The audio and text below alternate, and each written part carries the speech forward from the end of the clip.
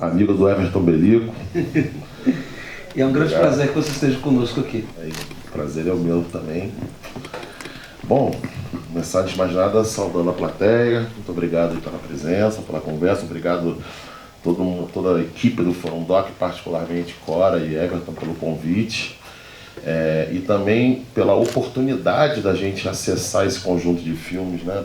Que tem tanto a dizer no sentido da gente pensar uma cinematografia do sul global, né, se for pegar por aí, e ao mesmo tempo com conexões tão evidentes, né, com uma certa dimensão do cinema popular. E, enfim, é um conjunto de filmes que realmente parece deixar muito claro, muito evidente a sua relação imediata e direta com o contexto revolucionário, com o contexto da luta anticolonial.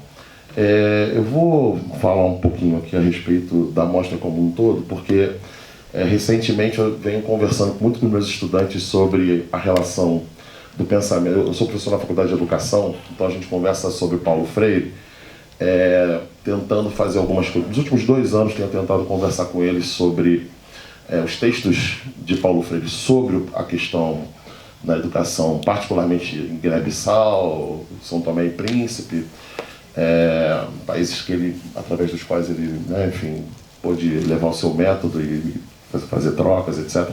E me interessou muito fazer esse mapeamento de uma maneira um pouco mais consequente. E acessamos lá aquele Moçambique Net, né, que tem uma documentação farta e bastante rica, né, relacionada com o processo revolucionário em Moçambique, particularmente os textos do Machel sobre educação. Isso interessou muito a turma, né, porque a gente vai lendo, assim, ele vai conversando o que é a escola moçambicana revolucionária, o que se espera do educando e do educador revolucionários. E lá no meio desses escritos tem uma entrevista com um repórter da Tanzânia que pede ao Machel para que ele apresente as escolas revolucionárias. Uma das escolas revolucionárias, o Machel guia esse jornalista oriundo da Tanzânia por essa escola, e o Machel, dessa forma como vocês viram, é super performático, né, e fazendo essa espécie de uma espécie de um guia, né, através da escola. Ele chama um estudante, né, chama um professor e um estudante para responder uma pergunta, né? Nós temos 48 granadas, explodem 11, quantas sobram? E aí o professor escolhe um estudante, o jornalista para a questão de reparar armado, né? Vem um estudante prontamente e responde a pergunta, né? Machel dobra a aposta e fala assim, tá, dessas bombas que sobraram explodiram em 48 pedaços cada uma. Quantos pedaços? O estudante pensa um pouquinho mais, uma certa dificuldade, mas ele responde a pergunta. O jornalista escreve na matéria que ele fica um pouco chocado com esse modelo de educação vincado de uma maneira muito excessiva na questão militar e na questão da violência, né, particularmente, e ele fica um tanto horrorizado diante dessa situação e transparece na cara. Imediatamente o Machel fala, você tem que levar em consideração que todos esses garotos, essa criança que respondeu a sua pergunta, tiveram parentes, se não o pai e a mãe, mortos nos conflitos, e, enfim, seja por mina, seja por a atuação dos turras, etc., né? E essa história a gente leu e assim ficamos bastante comovidos, porque, enfim, todo o pensamento do Paulo Freire parte desse ponto de vista, né, de você trabalhar o contexto social, econômico, político, para você, de alguma maneira, trazer o indivíduo não apenas para um ensino pro forma, mas uma educação entranhada na sua experiência própria. Ora, é o caso desse conjunto de filmes que nós acabamos de assistir, né? São filmes essencialmente enraizados, relacionados diretamente com um contexto revolucionário, mas também um contexto de guerra, um contexto de traumas, né? Um contexto de uma violência exacerbada. E isso, de alguma maneira, me fez pensar algumas coisas. Em primeiro lugar, isso, né? Quer dizer, eu acho muito interessante o seu texto breve no catálogo, onde você faz uma dissociação, né? Não é exatamente uma mostra sobre o cinema de Moçambique do ponto de vista de um cinema nacional.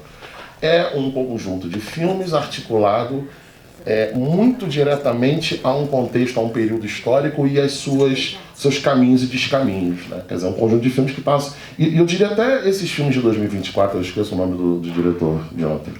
Do Inadelso Costa. Inadelso Costa, né? Quer dizer, um filme de 2024 que ainda traz...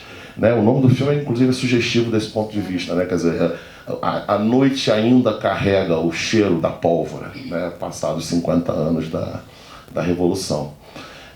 Bom, por um lado, tem isso para dizer, né? Quer dizer, são um conjunto de filmes que está, de alguma maneira, associado, enraizado nessa experiência de traumas e violências, mas também de uma certa superação. É bom observar que o trauma e a violência não são grandes assuntos, ou pelo menos não atuam de forma isolada como assunto dos filmes, mas você também vê uma força muito grande da especificidade cultural moçambicana através de falares, através de uma diversidade das línguas, através da presença da música, através da presença de uma certa amargura decorrente da experiência da guerra, mas que vai partilhar espaço ali afetivo com humor, com brincadeiras, com algum grau de graça, até fazem piada às vezes e trocas, e o filme eu senti que a plateia riu em alguns momentos, quer dizer, é uma cinematografia que está, né, enraizada nesse processo, mas ao mesmo tempo está preocupada também em trazer um pouco dessa especificidade moçambicana. Por outro lado, eu acho muito interessante que esse conjunto de filmes também traga uma maneira de lidar com a ideia de violência e de trauma, né, num contexto onde a gente pode atribuir, entre outras possibilidades, né, a ideia de um cinema negro, ou pelo menos de um cinema negro, de uma especificidade na forma de pensar e de fazer um cinema que a gente vai chamar de negro, mas que, de alguma forma, de alguma maneira, vai trabalhar a questão do trauma e da violência de forma aberta, né? A gente tem hoje um debate um pouco, não diria amplo, mas é um debate que perpassa algumas questões do cinema negro em torno das representações da sujeição, da violência, né? E me parece que esse conjunto de filmes traz uma resposta muito provocativa de como a gente lida, né, que tipo de resposta é possível dar, que tipo de cinema é possível produzir a partir dessas experiências de trauma, violência e constante prontidão para o tipo enfim, da guerra, da revolução, etc. Eu sinto que é curioso porque quando você olha para todos esses filmes, eles tratam desse tema de formas muito diversas, né? É claro que você tem a experiência, né? Aí eu passo agora para falar dos filmes especificamente dessa sessão, que eu achei muito engenhosa, né? Você colocar o Rui Guerra ao lado do filme do Licínio. Porque, vamos lá, o primeiro filme é um registro, né, extremamente impressionante, né? Não sei o que vocês acharam, assim, para mim, a terceira vez que eu estou vendo, é muito impressionante ter essas imagens e, obviamente, que a gente está querendo ver mais, né? São 40 horas de material, muitos se perderam, alguns... você tem Marta Siqueira editando esse material, não é isso? Sim, é um material feito originalmente, né, para a televisão pública moçambicana, no momento de fundação da televisão pública moçambicana, né, e de um momento que a gente vê documentado aí no filme do Licínio, né, de dissolução, paulatina dissolução, né, da rede de cinemas volantes, né. Então você tem uma paulatina dissolução e sua substituição por uma televisão nacional, né, pelo projeto de uma televisão nacional, e foram por volta de 40 horas de material gravado, parte perdido, né, durante os conflitos com a Renamo, parte, né, do material produzido tanto pela televisão nacional quanto pelo Instituto Nacional de Cinema foi destruído, né, durante esses conflitos. E esse material que a gente está vendo aqui ele foi recuperado e digitalizado pela Ike Bertels, que estava à época em Moçambique e filmou durante muito tempo em Moçambique, e que um dos filmes dela vai ser exibido também nessa mostra, que é o A Voz Guerrilheiras. Adoro o título desse filme. O A Voz Guerrilheiras, que vai ser exibido na quinta-feira. E é curioso, porque se a gente pega, por exemplo, outras experiências revolucionárias como a cubana, a gente tem lá um Instituto de Cinema, Santiago Álvares, né, e de repente Samora Machel achou pertinente que esse Instituto Nacional de Cinema, essa TV, os Cuxa-Canema, quer dizer, toda uma estrutura de produção de imagens, né, quer dizer, que já antecipava a necessidade de que isso se formulasse nos termos de uma especificidade cultural, de uma especificidade mesmo na maneira de tratar a matéria cinematográfica. E no caso desses registros do Rui Guerra, que eu sinto que são, obviamente, né, produtos de uma visão campo contra campo, né, porque você tem que fazer ali, dar o ritmo, né, vamos dizer assim, do interrogatório, mas mesmo se a gente compara, por exemplo, com o que sobrou de Eichmann em Jerusalém, que você pega justamente vamos dizer assim, a embocadura burocrática do tipo de interpelação que é dada ali, é diferente pra caramba, cara. Parece realmente que a dimensão do registro partilha o tempo todo, né, com uma dimensão de performance e de encenação muito interessantes, né? Samora Machel é um performer, né? Ele vai te botando, tirando aquele óculos, tem toda uma dinâmica, né, de usar o corpo. Ele canta, ele provoca, ele faz piada, ele ri, ele chama os amigos para fazer, né? Tem toda uma dimensão performática ali. E isso realmente salta aos olhos, né, da maneira como é organizado. Tem uma hora que eles chamam Craveirinha, José Craveirinha, grande poeta moçambicano. Craveirinha tá aí, existe raça mista. E ele tá todo meio rindo, né? Então tem ali realmente um dado de encenação que eu acho muito forte. Geralmente, se a gente vai pensar história no século XX, há conceitos sobre questões historiográficas, né, que vão atribuir à prática da história essa característica de organizar e registrar o esquecimento, né?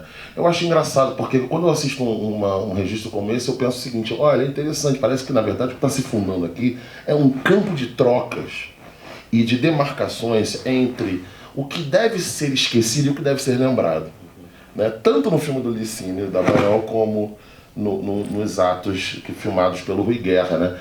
Não é exatamente... Eu não sinto como um resgate de uma memória que pode se apagar. Eu sinto como se estivesse, de fato, entregando para o espectador um campo de problemas, né? E que desse campo eles buscassem extrair o que deve ser lembrado, o processo revolucionário, né? E o que deve ser esquecido, quer dizer, a atuação desse homem que não sabe que cor é, né? Quer dizer, que não sabe quem ele é, que não sabe o porquê, e que vai fugir o tempo inteiro, né, das perguntas insinuantes do Machel, né? E esse filme passa logo antes de um outro filme, que eu vou tomar emprestado aqui a expressão do Adirley, né? Uma espécie de etnografia ficcional, né? Você usou o termo... Ficção histórica, doc-fic, mas são termos imprecisos. Sim, acho que talvez a gente pudesse chamar de uma espécie de ficção pedagógica, porque é um filme que guarda uma semelhança muito grande, né, com o que era feito na mesma época dentro do vídeo popular brasileiro, né? Se a gente for pensar, por exemplo, na produção da Tapiri, né, do Zito ou do Tapajós, né, na mesma época, tem similaridades fortes, né? Sim, até mesmo Filé, né? Sim. Não só em termos de narrativa, assim, mas textura. Walter Filé, que participou do CECIP, da TV Machambomba, né? E outras experiências muito parecidas, realmente. E aí eu sinto que o contraste entre os dois filmes, quer dizer, a relação entre os dois filmes é uma relação de contraste e complementaridade, no sentido da forma, etc. Mas os dois trazem um pouco dessa necessidade de pensar a história de uma maneira ativa, onde você não organiza simplesmente o esquecimento, pelo contrário, você precisa o tempo todo fazer uma espécie, abrir esse campo de negociações entre o que deve ser esquecido e deve ser lembrado, né? Enfim, poderia também falar aqui dos momentos, né? Cada momento impressionante, né? Por exemplo, essa discussão da raça mista, uma discussão realmente particular, né? A coisa da cor, né? Da pessoa de cor, né? Como é que se fala? Você é uma pessoa de cor, né? E ele fala, as pessoas de cor são as pessoas que não são brancas. Aí o Machão fala, olha, pretas, né? Como se ele estivesse querendo questionar, colocar em xeque o problema da perspectiva, de quando você fala alguém de cor, de que você está falando. Está falando, depende de qual é o seu ponto de vista, né? Eu fico muito admirado no filme do Licínio, e não só no Colheita, né, mas em outros filmes dele, como a música desempenha um papel. A música e, de certa forma, a oralidade, né? Tem sempre esse griot ali, ou algo parecido, algo relacionado com a ideia de um griot que vai usar a palavra de maneira poética para transmitir, não uma ética ou um pensamento, né? Mas um modo de ser, um modo de viver mesmo, né? E como a música é... E aí eu reparo que tem um momento que o griot fala, né? Que é preciso não esquecer a felicidade. É preciso não esquecer a felicidade, senão você não consegue viver. E como a música é meio, nos filmes do Licínio, condutora desse sentimento, da necessidade de se projetar a felicidade, né? E, enfim, acho que podemos começar por aí. Acho ótimo, muito obrigado, meu camarada. E, enfim, você estava mencionando, né, sobre os escritos pedagógicos, né, Samora. Eu acho especialmente impressionante nos Comprometidos, como que há uma espécie, né, de fusão entre o que a gente poderia chamar, né, de um processo pedagógico e o processo do inquérito, né? Há uma espécie, né, de consciência falsa que é revelada através do interrogatório, né? O processo que está acontecendo ali é o processo da alienação, né? A alienação, de modo que ele fala assim, de uma maneira grave, né? O léxico marxista usado de uma maneira totalmente prática, né? Assim, né? Você vai criar ali uma falsa consciência que vai trazendo o depoente para uma espécie de buraco, mas ele fica ali se negaciando, fingindo que... Eu queria entender melhor, eu fiquei um pouco assim, tentei estudar e entender melhor ali o sistema da coisa, até para a gente poder sacar quem está ali, por exemplo, na sigla ANP, quem está na sigla, né, GE, GF, para a gente tentar também flagrar vamos dizer assim, o contexto mesmo, porque veja, a Revolução acontece em 75, aquele tribunal está acontecendo, sei lá, 7, 8 anos depois. Então, qual é o contexto realmente? Quer dizer, já tem a Renamo já está ali de alguma forma produzindo uma série de negociações que vão afetar cada vez mais, né, o governo da Frelimo, e eu entendo que esses tribunais são instaurados como uma espécie de resposta, né, a esse tipo de assédio que vai ser organizado ali, sobretudo partindo da África do Sul, né. Então eu acho que Samora está muito consciente de todas essas pressões e ele vai... E aí, novamente, né, quer dizer, há um aspecto de encenação, né, de usar outra forma, né, porque como eu falei, né, se a gente vai lá pegar aquelas ceninhas que tem, aquelas poucas cenas de Ashman de Jerusalém, a forma do inquérito é tão austera, tão desprovida de sentimento, tem uma coisa tão pesada e de repente você vai pegar esse trecho aí filmado pelo Rui Guerra e tem um dado de performance, de encenação, vou convidar o Armando Rego para bailar aqui na frente de todo mundo para ver se ele se perde de alguma maneira, enfim. A gente pode passar, mas se tem alguma questão para colocar. Pessoal, muito obrigado, Bernardo, mais uma vez. Obrigado a você. Obrigado a todos. Questões, dúvidas, objeções. Objeções, adoro objeções também.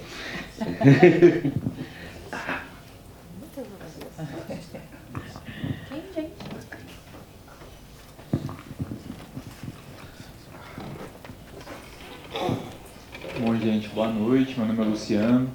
Acho que a sessão foi incrível mesmo, assim, no sentido de que os dois filmes eles têm assim algo de uma efervescência constituinte mesmo de um momento ali, né, histórico. Isso acho que resplandece muito nos dois filmes, assim. Eu fiquei com uma dúvida em relação a esses primeiros filmes do Rui Guerra, né, se os outros filmes, outro material, também seguem nessa toada, assim, do interrogatório, ou se são materiais diversos, né? E também com relação ao filme do Licínio, aquele que começa com a projeção de cinema, né? que filme é aquele que eles estão assistindo ali, assim. Se vocês puderem desdobrar a partir disso. Então, sobre o Rui Guerra, foram em torno de 40 horas de materiais, sim, de Tribunal Revolucionário, que foram gravados pelo Rui Guerra e,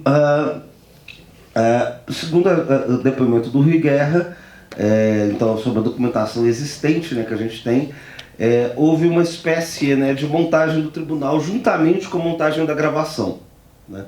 Então as duas coisas como que se estruturaram como que conjuntamente. O restante do material, é possível que exista material que não foi perdido, mas o material, a ata, né, que sobrou na íntegra, que nós temos, é essa aqui, né, que foi posteriormente recuperada pela Eike Bertels. Parte dos materiais, né, da televisão educativa da Televisão Nacional Moçambicana e do Instituto Nacional de Cinema estão sendo no momento recuperados, né? Então é difícil saber exatamente o que foi perdido, o que sobrou, né? Depois da agudização da crise, né, entre a Frelimo e a Renamo, para quem não sabe, né, Frente de Libertação de Moçambique, Resistência Nacional Moçambicana. A Frente de Libertação de Moçambique era, digamos, o grupo guarda-chuva que reunia o conjunto de forças revolucionárias que combatia o jugo colonial português, né, durante uma longuíssima guerra de libertação, né, que só se completa entre 74 e 75. E a Renamo é a Resistência Nacional Moçambicana, que é um grupo que é formado imediatamente logo depois da independência da libertação de Moçambique, então 75, 76, começo de 76, formado por antigos dissidentes da Frelimo. A Renamo originalmente tem suas bases na Rodésia, hoje Zimbábue, à época governado por uma minoria branca, né, no regime de apartheid, né? Então suas bases, o financiamento era originalmente da Rodésia. Posteriormente, quando a Rodésia se liberta, né, do seu regime de apartheid no começo dos anos 80, as bases da Renamo se dirigem, né, para a África do Sul, e aí você tem massivo apoio militar da África do Sul, e o que originalmente era uma guerra de desestabilização, né, do regime da Frelimo se transforma numa violentíssima guerra civil que se prolonga durante mais de 10 anos. Então a gente está ali num contexto dos dois filmes, desse contexto de agudização, né, da crise da guerra civil, né, entre as forças da Frelimo e as forças da Renamo. O segundo filme, o Colheita do Diabo, você tinha me perguntado sobre Colheita, eu esqueci. Qual filme que passa? Sim, exatamente. O que a gente está vendo ali é um documento uma encenação, né, de uma sessão dos Kucha Kanema. Os Kucha Kanema era essa rede de cinemas volantes que foi criada imediatamente depois da criação do Instituto Nacional de Cinema de Moçambique. Vai ser exibido ainda no sábado um documentário que é especificamente sobre essa rede de cinemas volantes, que é um filme da Margarida Cardoso chamado Kucha Kanema, o Nascimento do Cinema, onde inclusive é explicado que os Kucha Kanema originalmente eles exibiam basicamente materiais registrados do processo final da Guerra de Libertação. Acho que é uma coisa que é interessante lembrar, que essa ligação com o cinema, da Frelimo com o cinema, ela antecede a libertação de Moçambique. A Frelimo ela já foi registrada em filmes antes mesmo da libertação de Moçambique. Então a gente tem pelo menos 3 filmes importantes, né? O Behind the Lines, da Margaret Dixon, A Luta Continua, do Robert Van Lierop, e tem um outro filme do Robert Van Lierop, mas são 3 filmes que documentam os bastidores da luta revolucionária da Frelimo, o que é um negócio absolutamente raro, porque afinal de contas, enfim, é um exército revolucionário, né? Eles estão operando na clandestinidade. Então você tem uma força que opera clandestinamente, né, que no entanto abriu, né, seus bastidores como parte do seu esforço revolucionário. Então a Frelimo, quando chega ao poder, ela já tem documentos de si mesma. A Frelimo já próprio estava disputando sua própria memória, sua própria história, antes mesmo de chegar ao poder.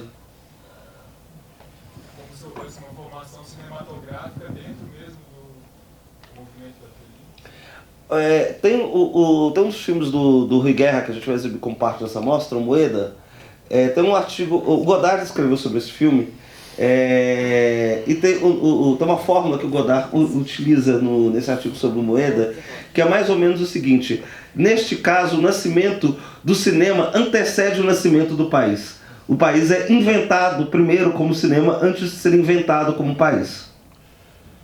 Faz todo sentido em relação àquilo que você escreve no texto, né? Quer dizer, o cinema moçambicano ele não nasce como um cinema nacional, né? Instituto Nacional não é um cinema totalmente fincado na experiência revolucionária, né? Então, de certa maneira, um termo de comparação seria o cinema cubano. Sim. E aí tem todo um debate, se é o Santiago Alves ou se é, por exemplo, Sara Gomes, né? Que não tem não tem um consenso ali. Mais questões, pessoal?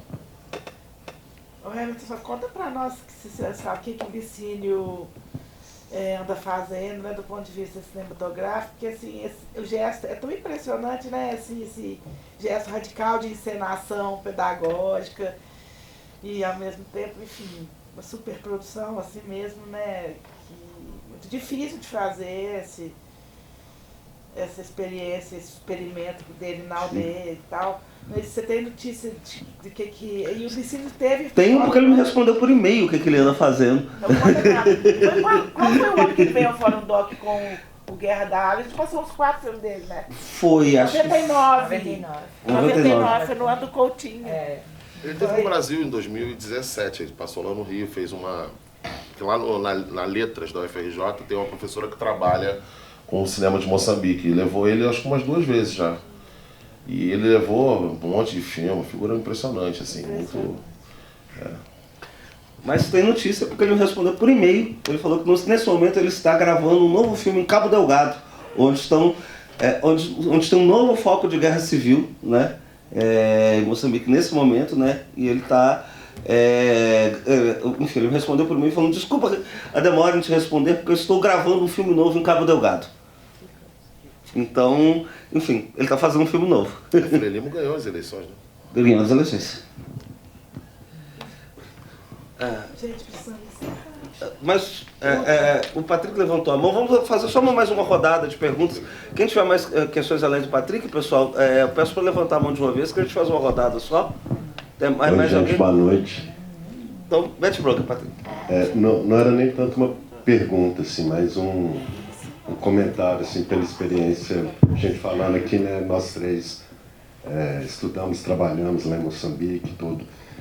E essa coisa do Samora, né, o Samora era daqueles líderes, talvez o único paralelo que a gente tenha seja o Fidel, né, ele era o cara que fazia discursos de 9 horas sem as pessoas arredarem o pé, sem as pessoas...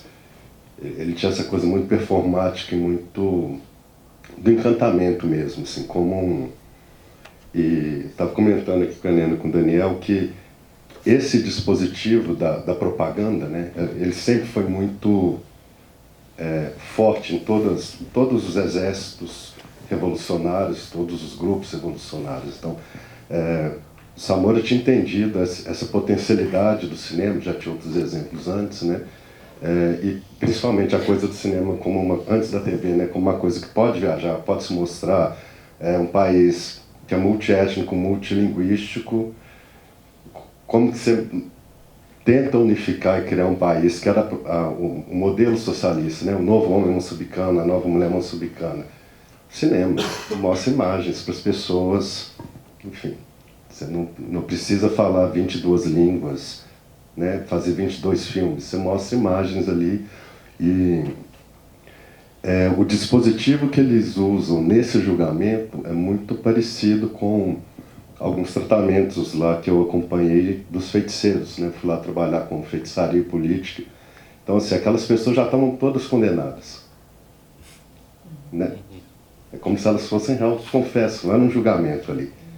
Mas ele usa desse dispositivo quase de uma maneira didática, como se ele estivesse ensinando aquele cara ali que ele é um alienado, né, dizendo, olha, né, vamos adquirir consciência, aquele jogo dele o tempo inteiro, de perguntar e não deixar o cara responder, que vai estrangulando o cara ali, e usa isso como um dispositivo para educar as massas, né, então esse era o objetivo, e o Samora fazia isso o tempo inteiro nos discursos dele, né? Assim, e é engraçado como é que eles puxam, né, umas vinhetas, algumas falas que ele fala como se fossem improvisadas, né, como se fosse uma coisa, mas ele tinha um programa muito específico. E tem alguns textos do Samora que são, inclusive, assustadores, assim, num certo ponto de vista, que ele chega a elogiar o colonizador português por ter combatido as tradições moçambicanas deles. E esse foi um dos grandes crescimentos da Frelimo, né, quando as pessoas tentam, da Renamo, né, porque enquanto a Frelimo estava tentando colocar aquele programa socialista, um novo homem, uma nova mulher, chamava de tribalismo, tentava combater essas tradições, a Renamo usou muito bem dessas tradições em favor de si mesmo, né, contra a Frelimo. Então, houve um momento em que, com exceção dos centros urbanos Maputo e algumas grandes cidades, Abelha e Nampula, Renamo dominou Moçambique inteiro. Assim, né? Então, mesmo essa propaganda dos bandidos armados, essas coisas eram... Isso faz parte da propaganda, né? Quando você vai para Moçambique, assim, tem esse outro lado. E aí, só para complementar, tem esse conflito em Cabo Delgado agora, e Moçambique está à beira de uma nova guerra civil, justamente por causa dessa eleição, que todo mundo tem certeza que foi fraudada, né? A Frelimo, para quem não sabe, ela está no poder desde 75. Ela deixou de ser socialista, virou neoliberal, então, assim, no início dos anos 90, né? Então, as eleições são fraudadas, tem uma série de problemas, e agora teve assassinato de opositores, está vivendo uma situação bem complicada lá. A gente está bem preocupado com a guerra voltar. Está tendo polícia matando manifestantes, está uma situação bem difícil lá. Mas era só esse comentário. Muito obrigado, Patrick. Só para a gente encerrar, acho que uma observação que é importante é que a gente vai ter outros pontos de vista, né? Outras perspectivas sobre o conflito entre a Frelimo e o Renamo, né? Como a gente já teve ontem, inclusive, né? Os Noites Ainda Cheiram a Pólvora. Não, infelizmente não, mas o Memória em 3 Atos, o A Voz Guerrilheiras, né? Então a gente vai ter, enfim, variadas perspectivas sobre esses conflitos ao longo da mostra. E acho muito interessante isso que você falou, Patrick, porque isso é um debate que atravessa vários, né, dos socialismos do sul global ao longo dos anos 50, 60 e 70, né? Você vai achar o mesmo debate feito, por exemplo, no cinema vietnamita, logo depois, né, no final dos anos 70, já algum tempo depois, a gente vai achar isso na Sara Gomes, né? A gente vai localizar isso, por exemplo, no filme do Pasolini, né? O Apontamento para uma Oeste Africana, né? São filmes que estão todos debatendo como você concilia o ímpeto modernizador, né, das revoluções socialistas com culturas tradicionais. Como que você concilia, como que você articula, né, culturas tradicionais que muitas vezes têm hierarquias que, né, o pressuposto da Revolução Socialista é quebrar essas hierarquias, né? Então acho que um debate premente, não apenas desses socialismos, mas do cinema, né, feito em torno desses socialismos. Cuba, o Fidel foi muito inteligente nesse sentido, né? Ele não mexeu nisso. Não mexeu na santeria, não mexeu nas tradições africanas, assim, sejamos socialistas com todo feitiço. Mas o cinema do Santiago Álvares não traz tanto quanto o cinema da Sara Gomes, né? Que você já começa, de certa maneira, já começa Exu na cabeça, né?